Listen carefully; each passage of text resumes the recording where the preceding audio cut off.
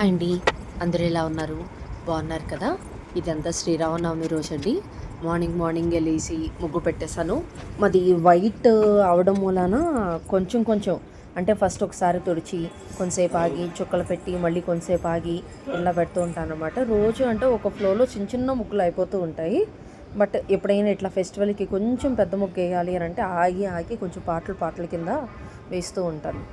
So, ఇదంతా అయిపోయిన తర్వాత యాజ్ యూజువల్ రెగ్యులర్‌గా లాగానే స్నానము ఇవి అన్నీ అయిపోయిన తర్వాత ప్రసాదాలు అవి కూడా రెడీ చేసేసుకున్నాము. ఇవాళ కింద శ్రీరామనవమి మాకు అపార్ట్మెంట్‌లో కళ్యాణం జరుగుతుంది. రాముల వారి కళ్యాణం. ఆ రాముల వారి కళ్యాణం కోసం నేను తలంబ్రాలు తీసుకెళ్ళాలి అని చెప్పైతే అనుకున్నాను. సో, దానికి కావాల్సినయన్నీ నేను ముందు రోజే తెచ్చి పెట్టుకున్నాననమాట. అవన్నీ వన్ బై వన్ కలుపుతున్నాం అనమాట. తలంబ్రాలు కలపడానికి మాకు ముత్తైదువుల్ని పిలుస్తారండి.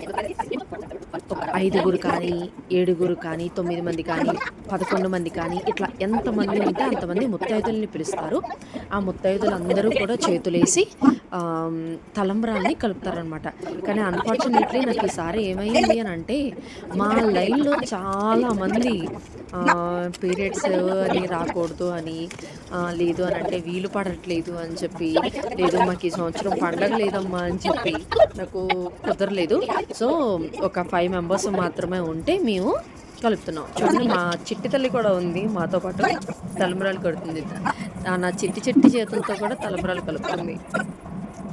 సో, దీంట్లో పసుపు, కుంకుమ, గంధము, సెంటు, మల్లెపూలు, నవరత్నాలు, ముత్యాలు, పగడాలు, పచ్చ ఇట్లా తలంబ్రాల్లో ఏమేమైతే కలుపుతామో అవన్నీ వేసి కలిపి తాంబూలం పెట్టి తలంబ్రాలైతే రెడీ చేసాము. ఈ తలంబ్రాలు రెడీ చేయడం అయిపోయిన తర్వాత ఈ తలంబ్రాలు కలపడానికి ఎవరైతే వచ్చారో వాళ్ళకి ముఖ్యంగా తాంబూలం ఇస్తామన్నమాట.